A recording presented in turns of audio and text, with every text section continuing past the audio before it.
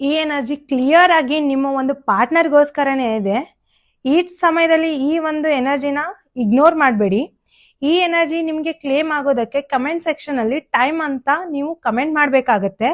ಹಾಗೂ ಆದಷ್ಟು ಇದನ್ನ ಶೇರ್ ಕೂಡ ಮಾಡಬೇಕಾಗತ್ತೆ, ಮತ್ತೆ ಲೈಕ್ ಕೂಡ ಮಾಡಬೇಕಾಗತ್ತೆ. ನೀವು ಎಷ್ಟು ಲೈಕ್ ಮತ್ತೆ ಶೇರ್ ಕೂಡ ಮಾಡ್ತೀರಾ ಅಷ್ಟು ಈ ಒಂದು ಎನರ್ಜಿ ನಿಮಗೆ ಕ್ಲೇಮ್ ಆಗೋ ಚಾನ್ಸಸ್ ಇದೆ. ಸೊ ನಿಮ್ಗೆ ಇಲ್ಲಿ ಯಾವ ರೀತಿ ಫೀಲ್ ಆಗ್ತಾ ಇದೆ ಅಂದ್ರೆ, ನಿಮ್ಮ ಒಂದು ಪಾರ್ಟ್ನರ್ ಬಗ್ಗೆ ಅವರು ನಿಮ್ಮನ್ನ ತುಂಬಾ ಅವಾಯ್ಡ್ ಮಾಡ್ತಾ ಇದ್ದಾರೆ, ಮತ್ತೆ ನಿಮ್ಗೆ ಟೈಮ್ ಕೊಡ್ತಾ ಇಲ್ಲ, ಸೊ ನಿಮ್ಮನ್ನ ಇಗ್ನೋರ್ ಮಾಡ್ತಾ ಇದ್ದಾರೆ ಅಂತ ನೀವ್ ಅನ್ಕೊಂಡಿದ್ದೀರಾ.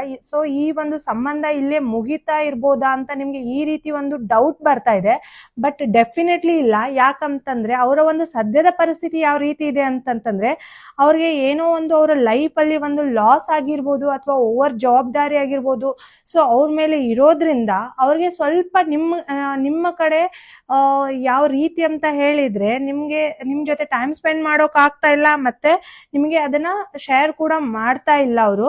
ಹಾಗಾಗಿ ಅವರು ನಿಮ್ಮನ್ನ ಇಗ್ನೋರ್ ಮಾಡ್ತಾ ಇದ್ದಾರೆ. ಸೊ ನಿಮ್ಮ ಮೇಲೆ ಅವ್ರಿಗೆ ಇಂಟ್ರೆಸ್ಟ್ ಇಲ್ಲ, ಈ ರೀತಿ ಫೀಲ್ ಆಗ್ತಾ ಇದೆ. ಸೊ ಖಂಡಿತ ಆ ರೀತಿ ಆಗ್ತಾ ಇಲ್ಲ. ಸೊ ಇದು ಒಂದು 9 ಡೇಸ್ ಅಥವಾ ಒಂದು 9 ಡೇಸ್ ಅಥವಾ 1 ವೀಕ್ ಅಲ್ಲಿ ಇದು ಸರಿ ಹೋಗುತ್ತೆ. ಸ್ವಲ್ಪ ತಾಳ್ಮೆಯಿಂದ ಇರಿ. ಆದಷ್ಟು ಅವರು ನಿಮ್ಮನ್ನ ಅವರ ಒಂದು ಪೊಸಿಷನ್ ನ ಸರಿ ಮಾಡ್ಕೊಂಡು ನಿಮ್ಮ ಹತ್ರ ಖಂಡಿತ ಬಂದೇ ಬರ್ತಾರೆ. ಸೊ ಈ ಒಂದು ಎನರ್ಜಿ ನಿಮಗೆ ಕ್ಲೇಮ್ ಆಗ್ಬೇಕು ಅಂತಂದ್ರೆ ಇದನ್ನ ನೀವು ಲೈಕ್ ಕೂಡ ಮಾಡ್ಬೇಕು, 5 ಮೆಂಬರ್ಸ್ಗೆ ಶೇರ್ ಕೂಡ ಮಾಡ್ಬೇಕು, ಮತ್ತೆ ಆದಷ್ಟು ಈ ವಿಡಿಯೋಗೆ ಕಮೆಂಟ್ ಕೂಡ ಮಾಡ್ಬೇಕು ಟೈಮ್ ಅಂತ ಅಂದ್ಬಿಟ್ಟು. Thank you so much.